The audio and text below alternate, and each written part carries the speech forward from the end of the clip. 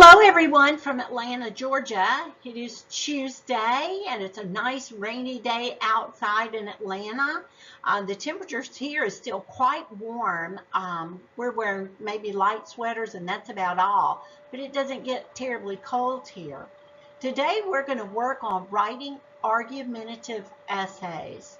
This is a little more complicated than some of the other essays that you've done, but it will help you with a lot of other things, and I'm going to explain that to you next.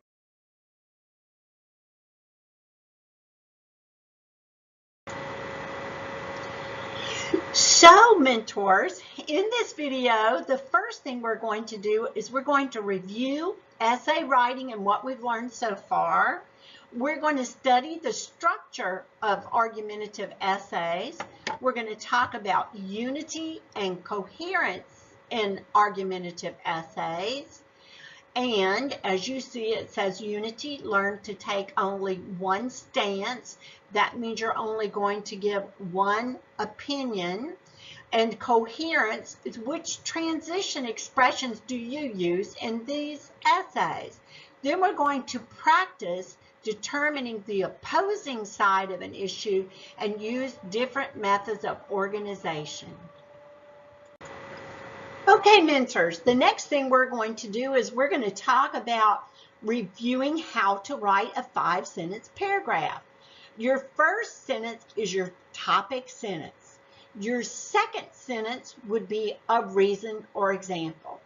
Your third sentence would be another reason or example. Your fourth sentence would be another reason or example, and your fifth sentence will be your conclusion. Now we're going to turn your 5-sentence essay into a 5-paragraph essay. You're going to make your topic sentence into a 5-sentence paragraph. Then you're going to make each reason or example into a 5-sentence paragraph. Then you're going to make your conclusion into a 5-sentence paragraph. Remember that each one of your paragraphs should start with a topic sentence, give reasons or examples, and end with a conclusion. You now have a 5-paragraph essay. Now we're going to talk about writing argumentative essays. Here is the goal, or here are the goals for writing an argumentative essay. You're trying to persuade your reader to change their minds about something. You must convince your readers why your point of view is best. To do this, you have to discover all the different sides of an issue. You must take the opposite position. What is that viewpoint? What would the person say that was arguing with you? Then you have to decide which is your viewpoint and state your viewpoint in a direct and clear manner. If you're having trouble understanding this, don't worry about it because I'm going to explain all this in great detail. Now next we're going to do some practice on determining the opposing viewpoints so you will understand how this works. Determine the opposing viewpoint for each of the following statements. The first one is an example. Early childhood education programs prevent later criminal activity. Now to write the opposing viewpoint, you could say, early childhood education programs have no impact on later criminal activity. So you're going to change the statement from a positive to a negative. Number 2, parents should impose rules for their teenage children about the use of the internet. With your group, write the opposing viewpoint. As you do this practice, you can have whoever is controlling the slide to stop the video and give you time to work on this. Now we're going to do some more practice in determining the opposing viewpoint. Number 3, Parents should decide their children's future careers. With your group, write the opposing viewpoint. Number 4, parents should help decide who their children should marry. With your group, write the opposing viewpoint. Number 5, grammar is the most important subject in teaching English. With your group, write the opposing viewpoint. Now we're going to do a different type of practice. Now that we found our viewpoint, our opinion, we're going to learn to write some supporting ideas. For each main argument, think of 2 different supporting ideas to back it up. With your group, write your ideas after each statement. The first one is done for you. Columbus Day should not be celebrated as a holiday in the United States. A, Columbus did not really discover America. B, Columbus slaughtered and enslaved native people. So you should be able to see from the first example why you think that Columbus Day should not be celebrated as a holiday in the United States. The next one is spanking is harmful to children. You need to write with your group 2 reasons that you can write as supportive ideas of why spanking is harmful. The next one, a vegetarian diet is healthier than one that includes meat. You need to write 2 supporting ideas of why you believe this is true. One parent should care for children full-time until they begin school. Now write 2 supportive ideas with your group why you believe this is true. Now to begin your essay, we're going to start it off like we've begun many of our other essays. You're going to use an introductory technique or hook. We've learned already, such as using a quote, making a dramatic statement, or using a question. Your first paragraph needs to include the following: a brief explanation of the issue. You can't persuade a person to believe in your viewpoint until you actually tell them what you are talking about. Give them some background on the subject so they can think about what their view would be and listen to what yours is. So now you started your first paragraph, you've written a hook. Now you're going to write a brief explanation of the issue. This can include background information to help the reader understand what the topic is all about. This might be your topic sentence. Now you're going to give a clear statement of both sides of the issue. These are your reasons or examples. An argument thesis statement which takes a stand on the issue. This is similar to a conclusionary sentence. Now, I've written an example for you, and I will read it to you that hopefully will help you understand what we're doing. Do you believe that grammar is the most important subject when teaching English? This is a hook. It's a question. Do you know that many people believe that grammar is the most important subject and the only subject they need to teach when teaching English? This could be a dramatic statement or a second hook. Some teachers and students think that speaking is the most important subject to teach when teaching English because the goal of learning English is learning to communicate. This is an example of giving details, reasons, or examples.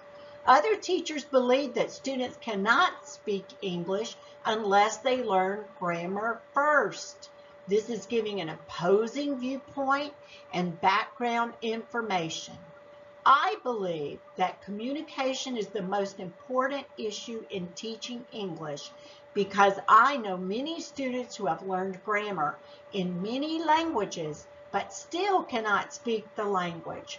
This is giving my opinion, my thesis statement, and can also be called a conclusionary opinion.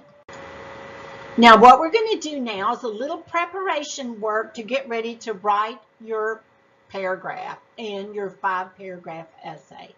So with your group, pick a topic. Next, write your viewpoint and then write an opposing viewpoint or statement. Under your viewpoint, write 2 supporting statements or ideas. Then start your introduction. In your group, write your first paragraph, including the following: a brief explanation of the issue, include background information to help the reader understand the topic. A clear statement of both sides of the issue. An argument thesis statement that takes a stand on the issue. What you believe. Now, what we're doing right now is kind of like brainstorming. We're writing down our ideas before we begin actually writing. Now, we are still preparing to write our first paragraph, so practice with your group. First, write your opinion, then determine what the opposing points of view might be. Now, write 2 supporting sentences for your point of view. Now, we're finally ready to begin. You're going to write your first paragraph with your group. Write your hook. This hook might be your topic sentence. You might not have to explain what your topic is after you write the hook if you write a really good explanation in your hook. Second, you're going to give 3 reasons or examples. It will be a brief explanation about your topic, give background information, and what are the different points of view. Now you're going to write your conclusionary sentence giving your opinion. Now, you have another sheet that is in your handouts which shows the different methods of organizing argumentative essays. There are 3 common types of organization in an argumentative essay. Look at the attached sheet for the 3 different methods of organizing your essay. Each number is a new paragraph. With your group, write a complete argumentative essay. Now, let's look at the 3 methods together. In method 1, you're going to write the introductory paragraph just as we've been practicing. Your second paragraph is going to give an argumentative argument 1, that tells why you believe this is true. The next paragraph will give argument 2 of another reason why you believe this is true. Argument 3 will be the third reason why you believe this is true. And then you can write paragraph 4, which tells why people disagree or oppose your stance or your beliefs or your opinions. Then number 6 would be your conclusion. Since we are writing a 5-paragraph essay, you don't have to give 3 arguments. You can just give 2. In method 2, we're going to start off writing the introductory paragraph the same way. The second paragraph is going to tell why you don't agree with the opposing opinion. This third paragraph is going to say why you don't agree with the opposing opinion. The fourth paragraph is going to be the same thing, why you don't agree. And then the 5th paragraph will be the conclusion. Method 3, you're going to give the introductory paragraph just as we have been practicing. Paragraph 2, you're going to state what the opposing point of view is. In paragraph 3, you're going to give your opinion and why you believe it. Paragraph 4, you're going to give again your opinion and why you believe it. And then in paragraph 5, you're going to give the conclusion. I hope you understand the different methods, but you do have the outline so you can follow it. So read it carefully. Next, we're going to talk about unity in argumentative essays. You must stick to one position or opinion in your essay. Otherwise, your argument will be weakened. If you don't stick to one position or opinion, you will confuse your reader. You might even help the opposing point if you give more than one opinion. If you think grammar is the most important topic in teaching English, don't say sometimes it's not the most important topic. Stick to your opinion. For example, if you argue against the death penalty, but then assert that it is acceptable in some cases, you provide an opening for those who would argue for it in many more circumstances. Now we're going to talk about transition words in an argumentative essay. Transition words help make your point of view clear to your reader. Although it may be true that, despite the fact that, certainly, and surely. Function, to say that something is true before saying something else about it. These transitions are used for stating an opposing argument before stating your opinion, such as, although it may be true that grammar is needed to teach English, most teachers believe that communicating is the most important goal in teaching students. Please note the comma after the transition expression. This transition expression is long, so you need a comma after it. Now we will talk about more transition expressions in argumentative essays. You can use the words certainly and surely. The function of using certainly is to say the writer agrees with something without any doubt. An example, certainly communication is the most important goal in students learning English. Surely, the function says that the writer has faith in the statement that follows. This adverb also is used to agree with something and to express certainty. Example, surely the goal of every English teacher or every teacher is to teach their students how to communicate in English. Writing argumentative essays take practice but are certainly necessary to improve writing skills. They also help you develop debating skills. Your homework tonight is to write an argumentative essay. Please attach it to Edmodo. I will be grading your essays and sending you notes. In conclusion, thank you everybody for listening. And remember, writing essays will not only help you become a better writer, but they will also improve your reading skills because you'll understand the way books and texts are written better. Textbooks are written just like essays are written. They use a structure, and they have different kinds of structures like procedural, compare and contrast, classification, and argumentative. So you can look for these when you're reading textbooks now, and maybe it will make more sense to you. When you apply for your next grant, remember how to write this essay. It may help you improve your chances of winning. You will not only be demonstrating your own writing skills, which is very important, but you'll also be persuading those who read the grant to choose you. Good luck, and let me know how it goes.